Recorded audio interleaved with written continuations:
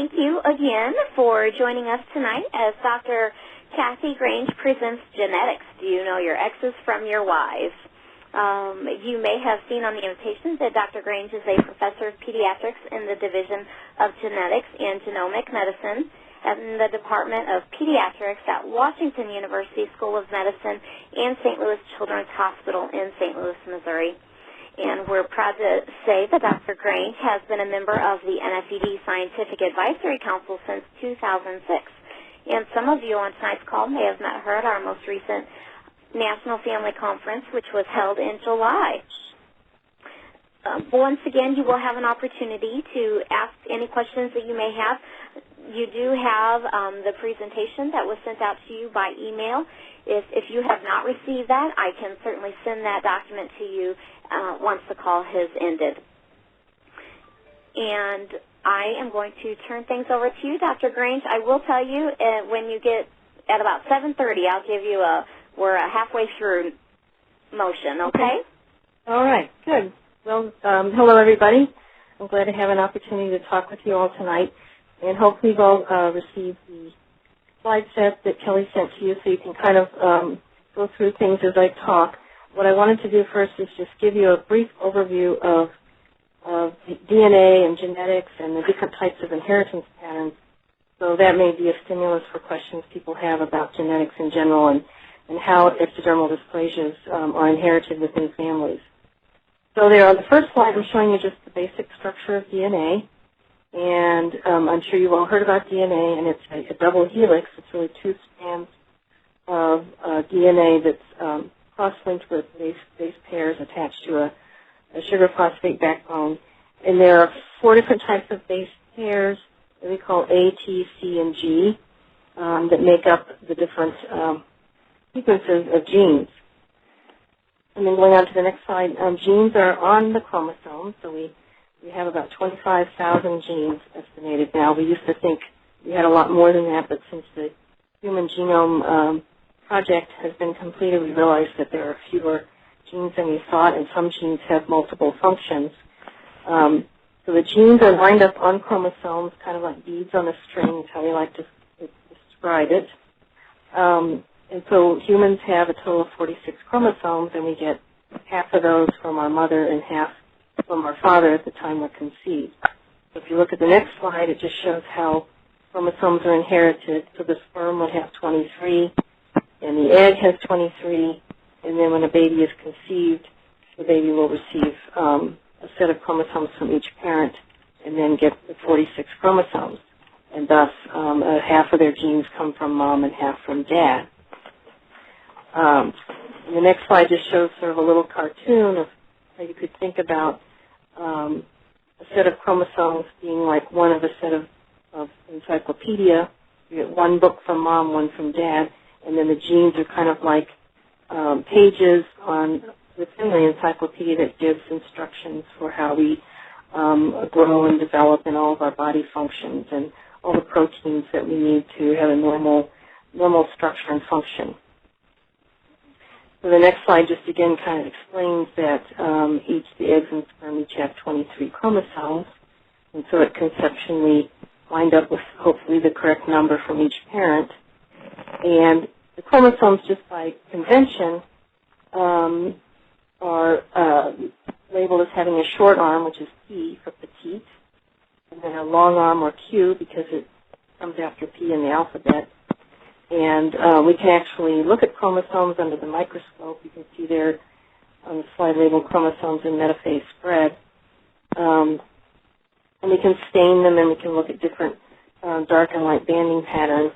And now that the Human Genome Project has been completed, we know a lot about which genes are on what chromosome, and we're learning more and more about what the functions are of those genes. So, can you all hear me okay? I'm sorry, there's some background noise, and we're having a hard time hearing Dr. Grange. Sounds like I'm going to have to mute everyone's line. The conference has been muted. Okay.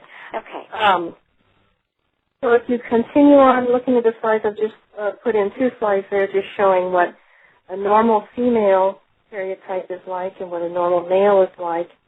And all of our numbered chromosomes are the same in males and females, but what makes us different is that females have 2 X's. You'll see down there in the bottom right-hand corner, while males have 1 X and 1 Y. So we all have 22 pairs of numbered chromosomes, and just by convention they're labeled number 1 being the largest one and 22 being the smallest. And then the sex chromosomes, the X and the Y, determine the sex of the individual. And that becomes important a little bit later on when I talk about X-linked conditions where the gene is on the X chromosome.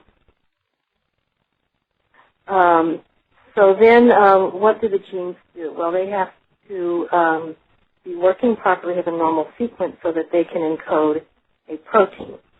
So each of the chromosomes contains, as I said, multiple genes lined up like beads on a string, and that DNA encodes a protein, and there's a process called translation and transcription that takes place to produce the protein that then has a function to be a structural protein, or it could be an enzyme, or any type of other function that would be required by the body and the cells to function normally.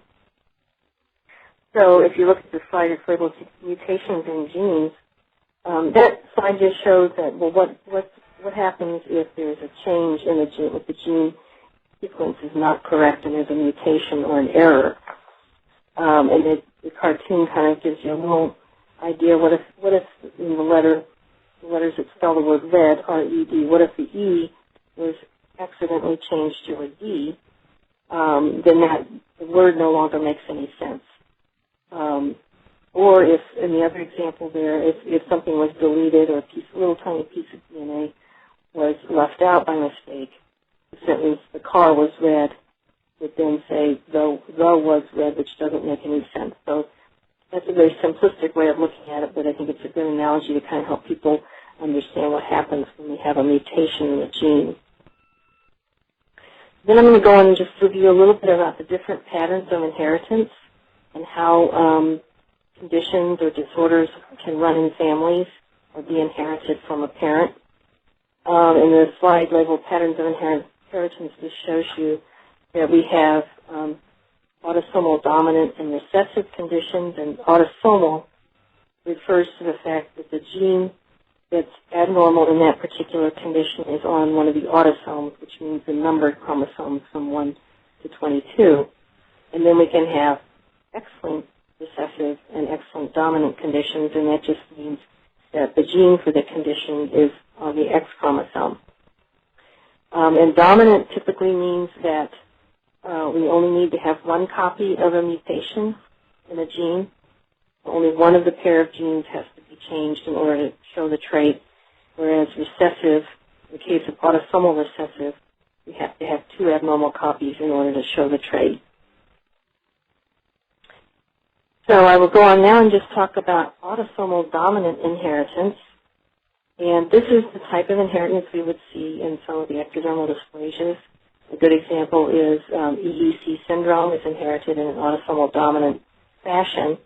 And the first slide here shows a pedigree or a family tree, and the individuals that are colored in have the trait, and the individuals that are clear do not have the trait. So you can see in this example there are affected individuals in 3 generations. So the grandmother in that picture is affected by whatever condition it is, and she's passed it on to several of her children, and then those affected children have gone on to have affected children themselves. So typically we'll see with some of these conditions multiple generations of affected people.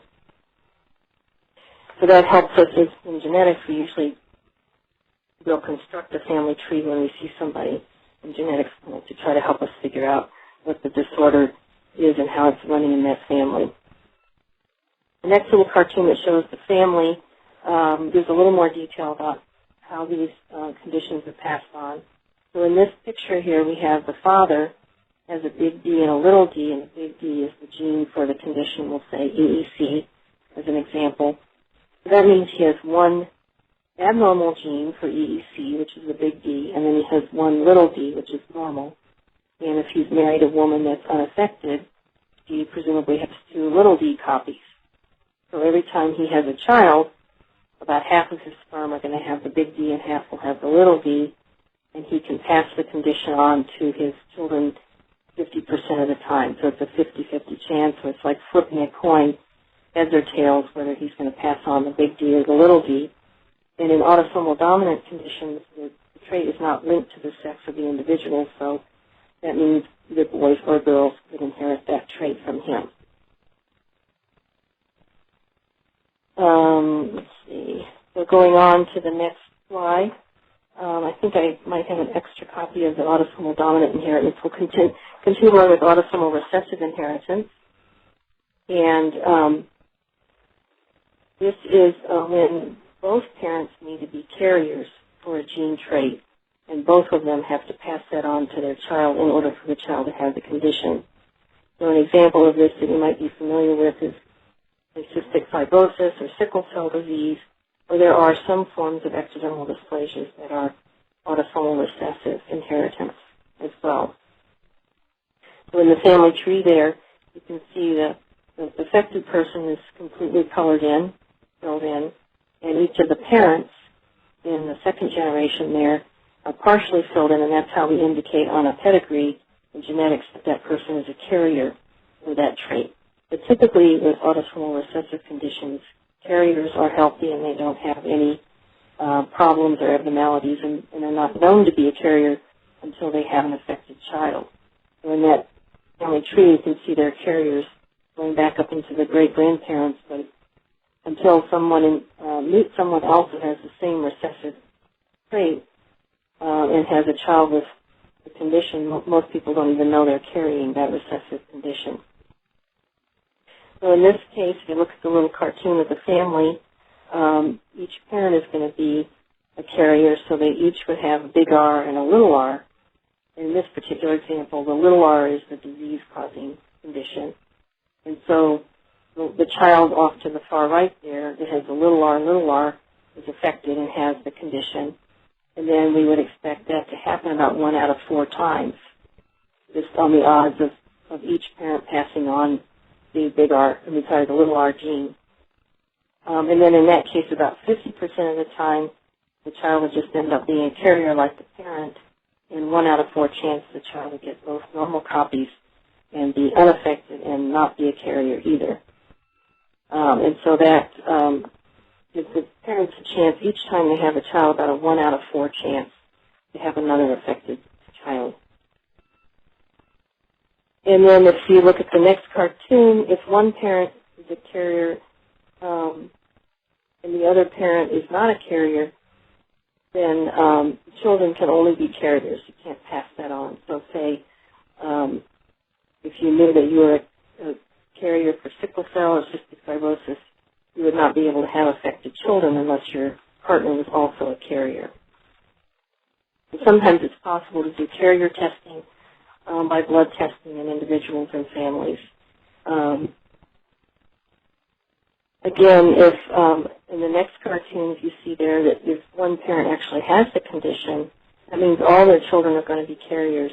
But again, we wouldn't expect them to be affected with the condition. Okay, so the next type of inheritance, and again, as I said, involves the X chromosome. We call that X-linked inheritance.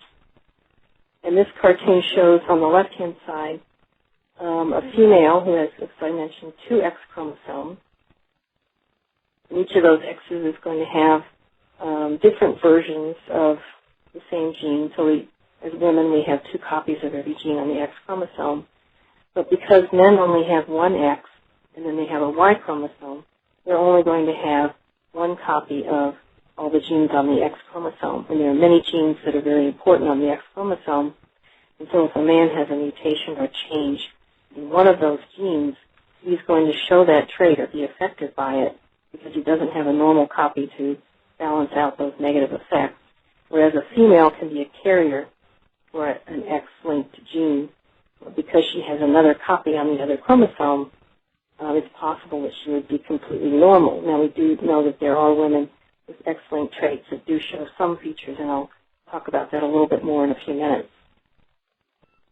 So if we go on to the next picture that shows X-linked recessive inheritance, in this pedigree we're showing the female carriers as having a little dot in the center of the circle, and the affected individuals have the filled-in square.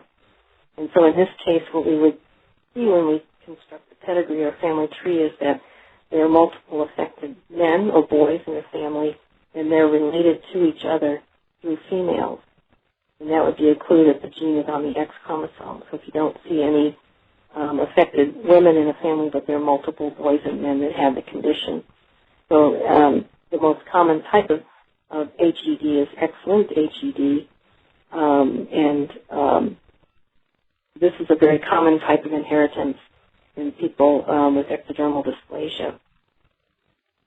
If we go on and look at the next slide, which shows the family again here, in this particular cartoon we're showing that the mother is a carrier, so we'll say she is a carrier for X-linked HED, and that's shown here by the X with the little R attached to it, and then she has one normal X, and then we'll say that Dad over there has an X and a Y, and he's a normal non-carrier father. So every time Mom and Dad have a child together, there's a 1 out of 4 chance that Mom is going to pass on the X with the abnormal gene, and the father will pass on his Y and make a boy that will be affected with the condition. And then there's a 1 out of 4 chance that they would have a carrier girl, but they can also have a normal girl and a normal boy. So each of those possibilities is a 1 out of 4 or a 25% chance. And what if the man has the X-linked condition? This comes up a lot in HED because we see a lot of men that have X-linked HED. So and that's shown in this other little cartoon here, where in this case Dad has the condition.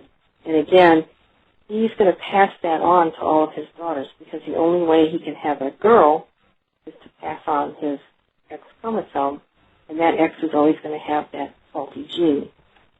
And anytime he has a son, he's going to pass on his Y chromosome, so none of his boys are going to be affected, and they won't be carriers at all. And so there won't be any affected boys in that next generation, but the girls that inherited the gene change from him would then go on and have boys, sons of their own in the future. So can females be affected by X-linked disorders? And the answer is yes. And those of you that attend the NFED meetings and all and are familiar with families that have X-linked HED know that oftentimes women, the mothers of boys with X-linked HED, show some signs of the condition. They can have missing teeth or a little bit sparser hair or some issues with sweating. And we know that's certainly a possibility, and it depends on what we call X inactivation, how much effect a carrier woman would have from having that abnormal gene. So the next slide just tries to explain that a little bit about what X-linked inactivation is. So remember, women have 2 copies of every gene and 2 X chromosomes, and men only have 1 X chromosome. And so there's a process called X inactivation. It's a normal process that's supposed to happen, that after a female is conceived, one of the X's in her cells is shut off and one stays active. There's certain genes on the X chromosome that don't get shut off, but most of them do get shut off, so there's not too much expression of the genes on the X chromosome.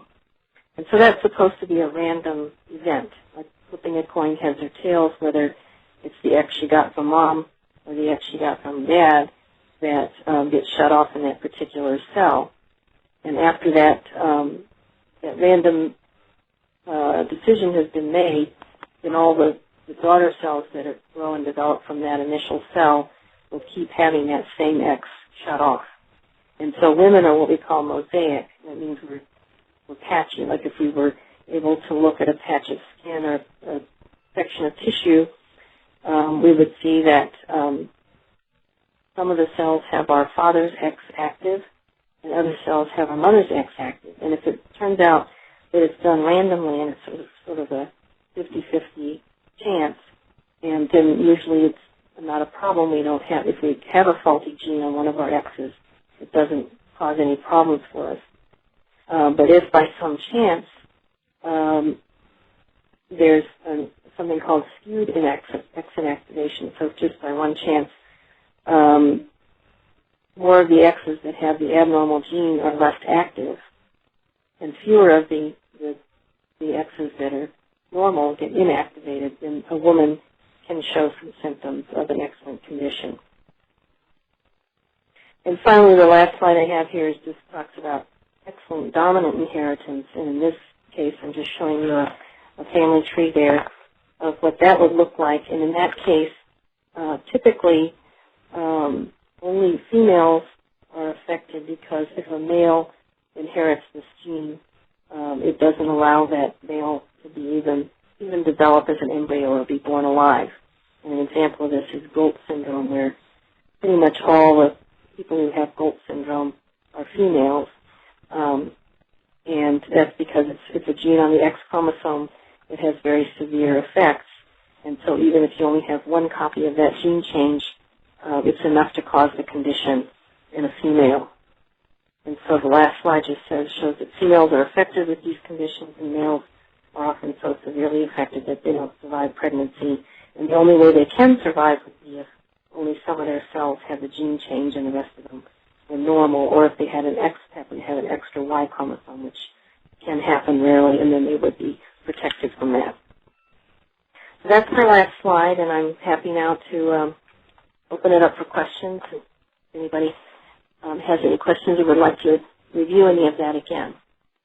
Thank you, Dr. Grange. It is just around 7:30. If you do have a question, please unmute your phone. I did have to mute all lines. And you can press *7 to unmute your line, or just hit your unmute button.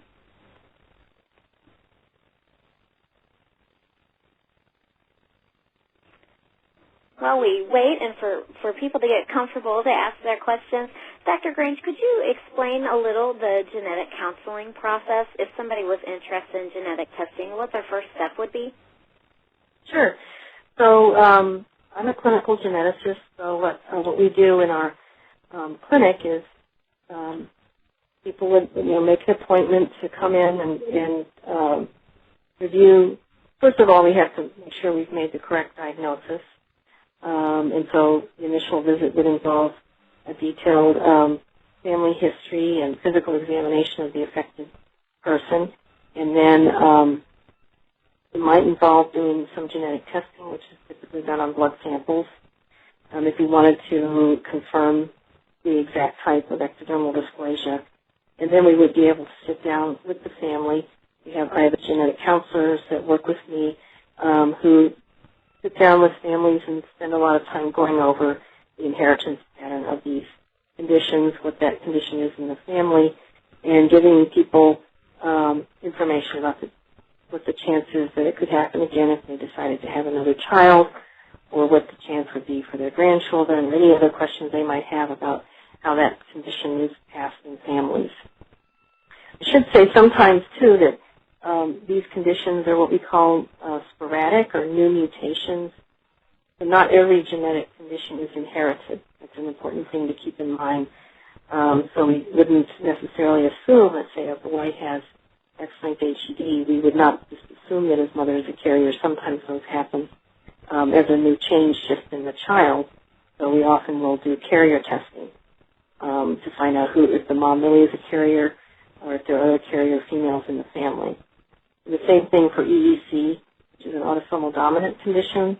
Many dominant traits are also turn up as a new mutation, a new genetic change in a family without anyone else being affected. Thank you. That's very helpful. I can't tell you how often we receive that question in the office, so I'm sure it was as helpful to our families that have called in this evening. I could ask Dr. Grange question after question. Are there any other questions from anyone else? I'll go ahead and unmute everyone's lines just in case we're having trouble with that, unmuting your lines. But please, if you have background noise and you don't have a question, please hit *6 or your mute button so that we can hear the question as well as the response. So give me just a second. The conference has been unmuted. Okay, so anyone have a question? I have a question. My name is Jennifer, and I'm in Maine. My husband has been... Hello? Yes? My husband has been diagnosed with HED. We're not sure if he's X-linked or not. His mother does show signs of ectodermal dysplasia as well as his grandmother. We haven't gotten blood work done. Is that what is going to tell us if he's X-linked or not? Yes, that's really what I would recommend. And in this day and age, with molecular testing is so good, that I would say that would be the next step is to meet with a geneticist and a genetic counselor, and have them review the family tree and examine your husband. But typically, the next step would be to draw the blood test and do the gene testing for the ectodysplasia gene. That's the X-linked form. The gene that causes the X-linked form. So that would probably be the best thing. So then you all would know exactly what the genetics of it is in your family. But it sounds, since X-linked HED is the most common type, and it sounds like there is a family history of possibly carrier females, that would be probably the first gene to look at. Right, yeah, because his mother and his grandmother both have showed symptoms of it. And we are currently trying to get pregnant, and we have an appointment with a genetic counselor. But I was interested in what you said about how X-linked carriers, if the boy has an X-linked recessive, that they wouldn't survive pregnancy? No. I'm sorry. That was for X-linked dominant traits, so not for the X-linked recessive. So say your husband has the X-linked recessive HED, which is the most common type. Then he would not be able. He would have all normal sons. Okay. And then all of his daughters would be carriers. Oh, okay. So do you think they would show symptoms, or just Well, that's the thing with the female carrier. It could be like his mom and his grandmother, or we've certainly seen carrier girls that have no features at all.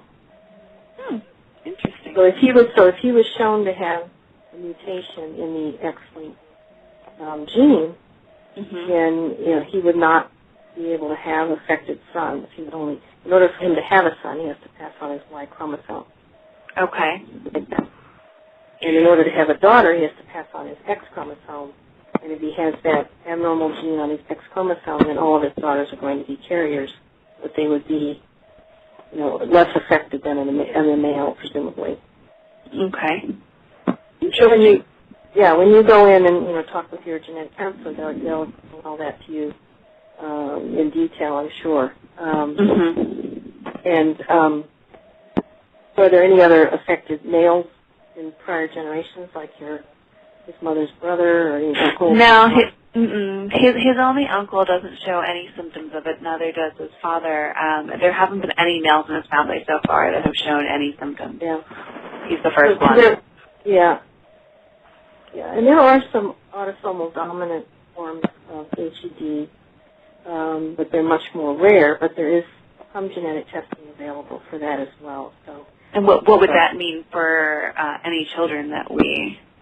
Well, if it was a dominant trait and your husband had it, then it would be a 50-50 chance for each child to inherit that gene from him, and girls or boys could be affected. But again, that is less likely than it being X-linked if he has all the typical features of the X-linked form. Like missing, if he's missing most of his teeth and has very little swaying ability and that type of thing. Yeah. That'd be me. That's exactly what he has. So. Okay. All right. Well, I appreciate the information. Sure. Hanging on that note that you're staying on that same subject with the HED X-linked, could if your if your son, who was supposedly thought of as having X-linked with all the same traits and just followed everything, but had testing done, genetic testing, and it showed negative. I've been told that that doesn't necessarily mean that's absolutely not X-linked, that to have it done again, maybe if you have time to wait, if you're not in the reproductive years, let technology advance. That doesn't necessarily mean that they are not X-linked. Yeah, I will say that the testing has gotten much better, and right now it's generally thought that for the X-linked gene, ectodysplasia gene testing, is about a 95% chance of picking up a mutation in a male if it's there. But there is that 5% chance that you could still have the X-linked type and not be, the lab can't find the change, because there are regions of DNA that are what we call upstream or in front of genes that can turn the gene on and off and control it, regulatory regions. So it's possible to have change in that sort of, not in the coding region of the gene, but near the gene that affects the gene function, and in the labs are not able to test for that. Okay. So yes, there's a small chance that if you've had all the most recent testing and they still couldn't find anything, it's still possible it could be X-linked, but there are also autosomal recessive and dominant forms of HED, so it would be also a good idea to test those other genes as well. Okay. If they don't find, if they don't find anything in the ectodysplasia gene. There's two more genes. There's one called EDAR, and there's one called Wnt10A that can cause autosomal forms of ectodermal dysplasia, and those are both clinically available now. There's another gene called Ectodermal that's very rare, though, but that's still research testing at this point. Great, thank you. What was the difference between autosomal and dominant? Pardon? What? I didn't hear the question. I have a question. Can you hear me? Yeah, now I can. Yeah. Okay. My daughter just has the ED. We have had a geneticist who actually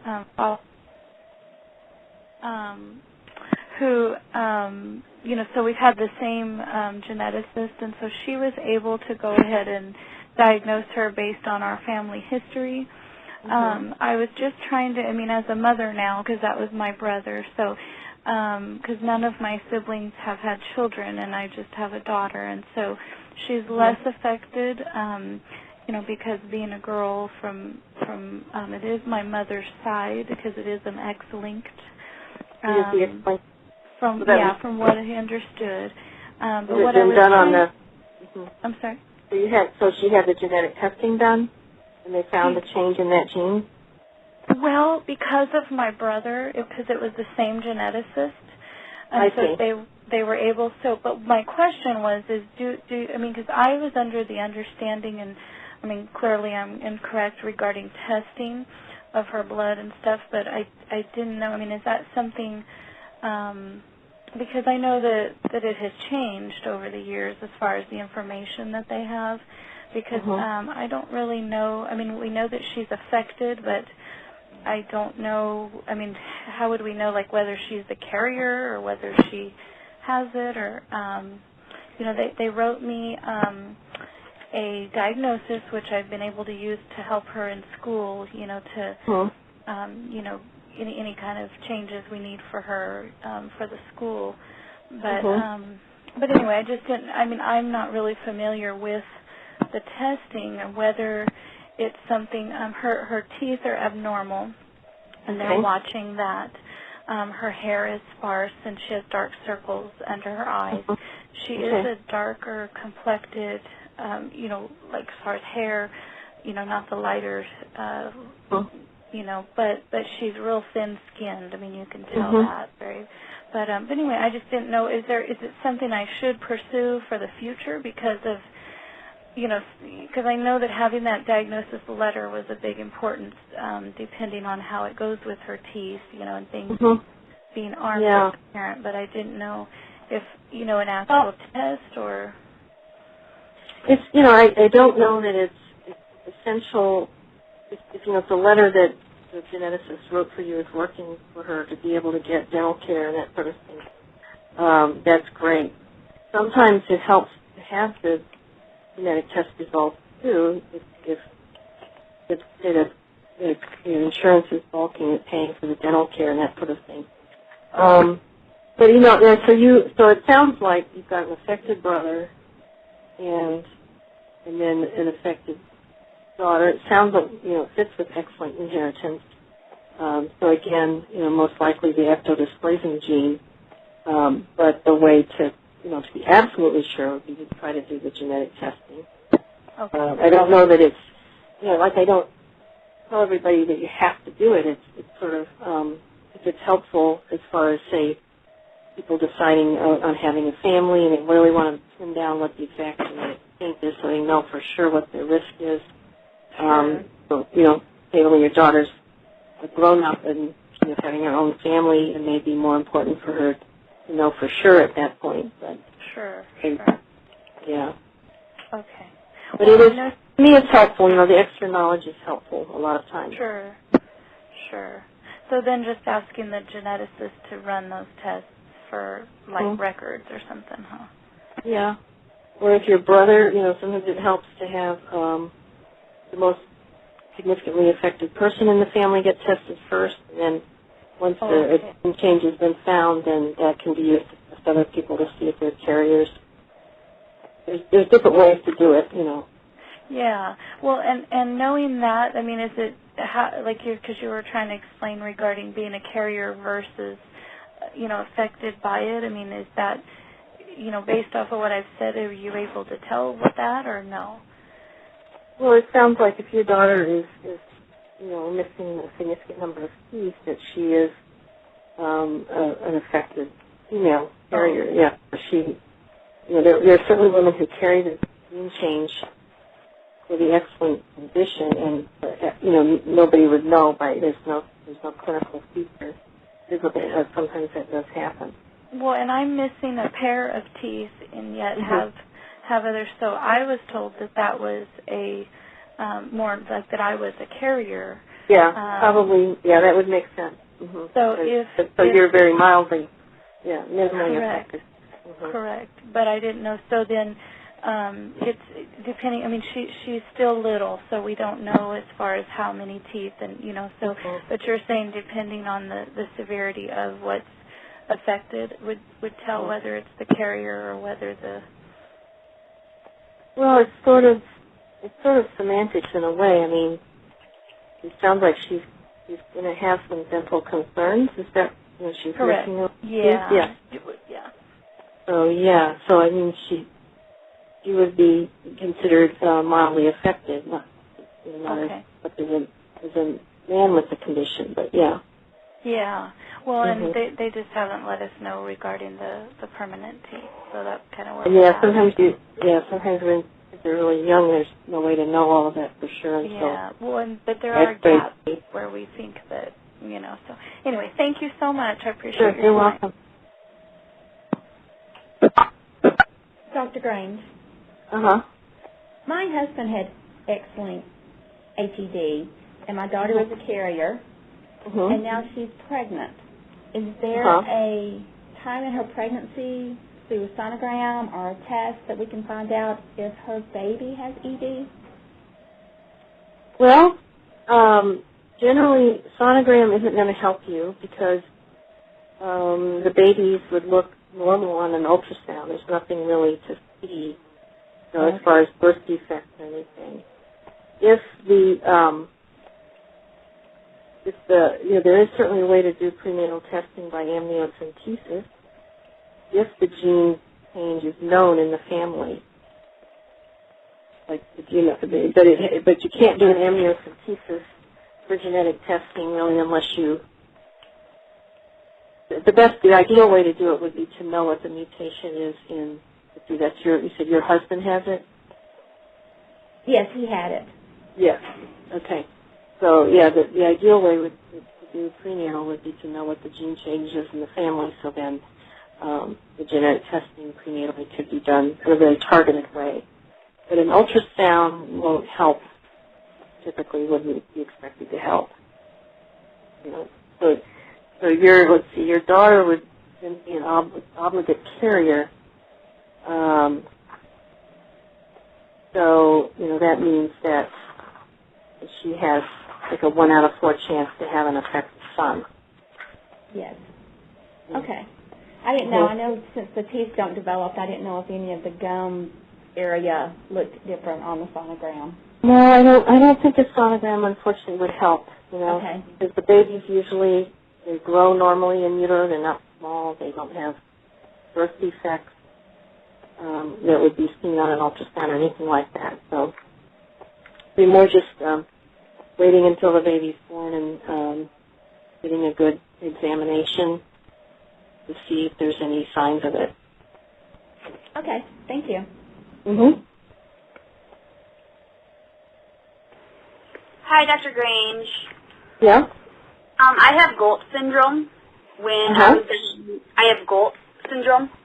Yes.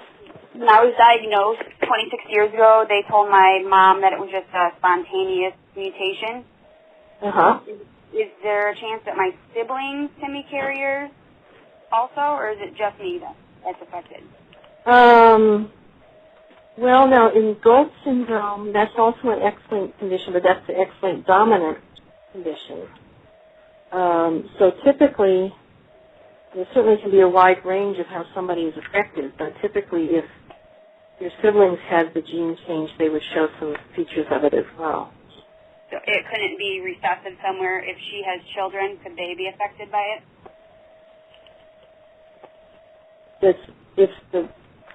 So you yourself have GOLT syndrome, or? Yeah, I do. So I know since it's the X-linked dominant, I have a 50% chance of passing it on. That's correct, yes. That's right. If my sister were to have a child, would she have a chance of passing it on also? Could it be recessive in her? No, typically not, no. Okay. You know, again, now that the gene has been found for GOLT syndrome, the porcine or the porcupine gene, that was pardon? I couldn't hear. Well, I didn't say anything. Okay, I was just saying that genetic testing is available for that condition now too. So if it was something that you were diagnosed with a long time ago, it might be worth revisiting the diagnosis. Are you still followed by a genetics person, or?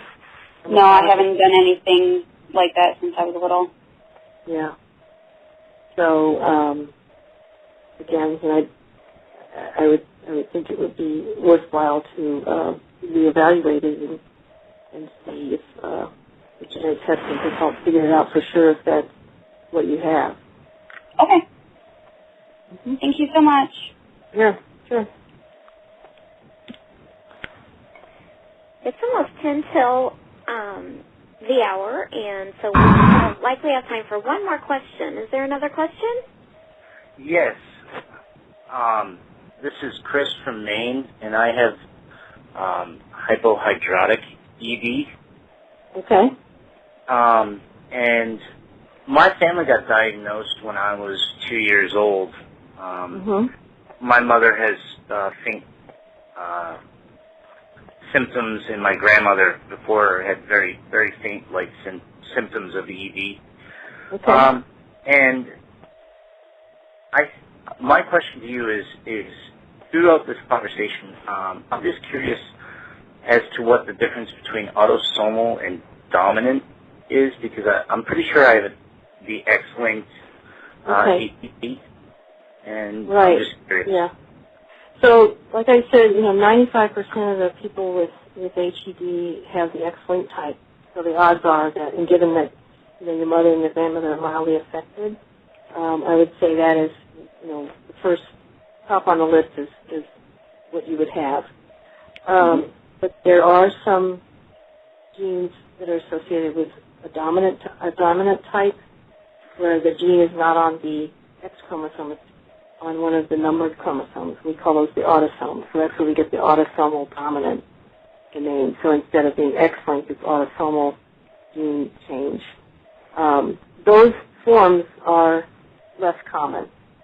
And so, you know, if you have sort of the classic features of HED, and then your mother and grandmother are just mildly affected with, you know, minor things, and chances are you have the X-linked type. But again, you know, like I've been saying, it is possible to do genetic testing to confirm that if you were interested in pursuing that. And certainly we do that, like if there's a child in a family that's no family history, and we test the X-linked gene and it's negative, then the next step would be to look at the other couple of genes that we can check for. Okay, wonderful. Well, my wife and I are family planning at this point. And my sister actually, is unaffected by symptoms of ED. And she's pregnant. And what could it possibly mean for her? Could she be a carrier? Well, let's see. If you think your mom's a carrier, then your sister has a chance to be a carrier, yes. Okay. Like I was saying, even if she doesn't have any overt features like missing teeth or thinner hair or anything like that, it's still possible she could be a carrier. Yeah, she has a 50-50 chance to be a carrier. If we're assuming that it's X-linked in your family and that your mother is a carrier. Yeah, it's certainly from my mother's side. I mean, my mother was diagnosed when I was diagnosed. Okay. Yeah. When I was just above a toddler. Yeah. Okay. Well, that answers my question. I really appreciate your time, and this has been extremely informative. Great. Thank you.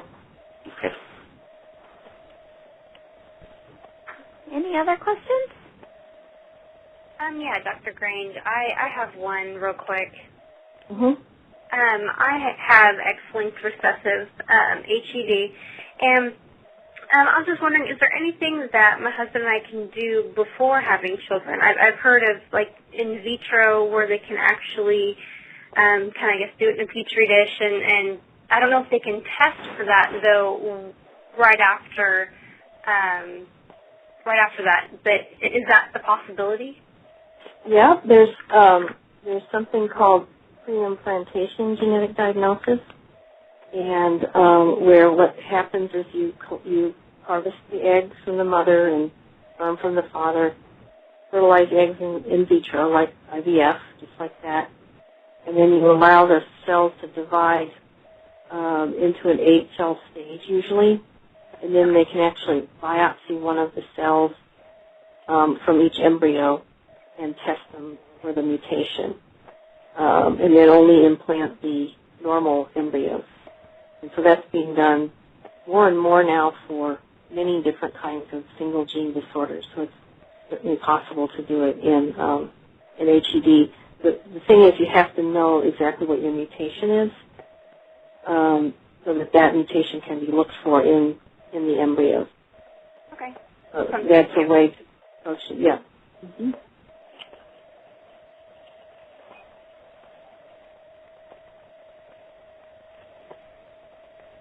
Okay.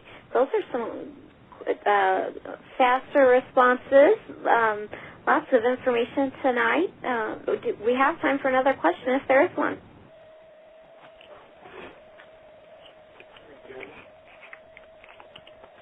I do have a question. You'll probably tell me to go for genetic counseling again. I was diagnosed when I was pregnant with my first child, and he will be 33 years old.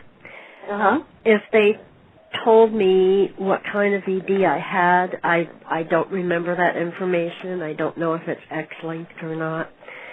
The first child was not affected. My second child is affected. Both boys, they each have a different father. Okay. Can you tell me the boy that is not affected, is he a carrier? If he's totally normal looking, I doubt it. It sounds really. So his wife is pregnant, and the closer she gets to delivery, the more concern I have. Yeah, I mean, again, just over the phone, I can't tell you for sure without, seeing your sons and what they look like and everything, but it sounds like, if you're a carrier for the X-linked type, then every time you have a child, 50-50 chance of passing on one X or the other X. So it sounds like one son got your X with the gene change and the other son got the normal X. Right. And if he looks completely normal, then the chance of him having an affected child is very low. Okay, very good. And you were talking earlier about mutation. As far back as anyone could remember, there was no evidence of ED in any family members. So you're saying it's possible you could be the first person in your family to have the gene change. But then once somebody has it, then you can pass it on to future generations. All right. Well, that makes me feel good about my one son. Thank you. Well, good luck. I hope it works out well for you. Thank you all very much. Dr. Grange, we certainly appreciate your time. What all of you on the phone don't know is that we pulled Dr. Grange away from a professional genetics meeting this afternoon. She's actually in California today. So I thank you very much for your dedication to our families and explaining this invaluable information. And I always love hearing you speak because each time I listen to you, I learn something new. So I thank you because that helps when I communicate with families in the office. Okay, great. Thank you all very much. There will be a recording of tonight's call, so if you think you missed the section or want to hear that answer to that particular question again, a recording link will be sent out tomorrow and by email. And so you will have access to that for a period of time through the link, and then once that takes place, is taken off, or that link is broken, then it will go on our YouTube site. So if you haven't checked out the NFED's YouTube site or Facebook page or Twitter account, I encourage you to do that, and watch for information for our upcoming call in November 8th, where we will hear from Edmer Pharmaceuticals on an update on the XL-HED EDI 200 treatment. So we will learn about that in November. So watch your inboxes for that information. So I thank you all very much for participating tonight, and I hope you take away lots of valuable information back to your families and your care providers. And have a great night. Okay, bye-bye.